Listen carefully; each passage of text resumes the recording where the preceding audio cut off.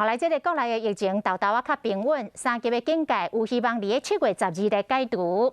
中央未来的规划是，若阁爆发着疫情，会针对着无同的行业，提出着即时因应的措施。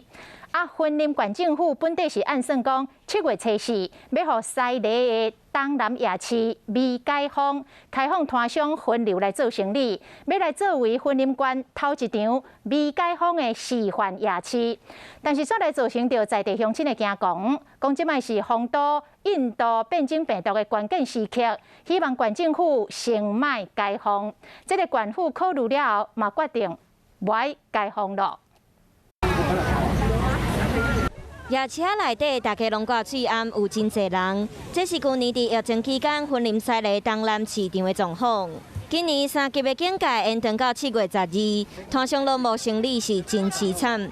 县政府要决定7月初4要伫东南市场做云林县第一场的夜市啊未解封。照起这样来走，可能是有一个危机的风险在。这样子了哈。对、啊。所以你会去吗？如果是你，我不敢去现在。稍微也是要有那个。生计一下啦，真的怎么办？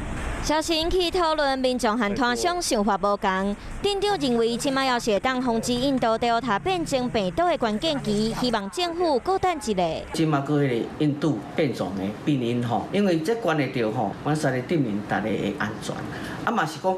爱保护着这个商摊。原本县府规划有条件开放东南市场管制人数，予摊商分流做生意。不过经过考虑，县长张立善决定先暂停。是要提前为解封，还是呢？我们要怎么样来因应那配合中央的政策？我想我今天还是会听听他们的声音。虽然3级的警戒有可能会使解除，不过雄雄阁有变种病毒。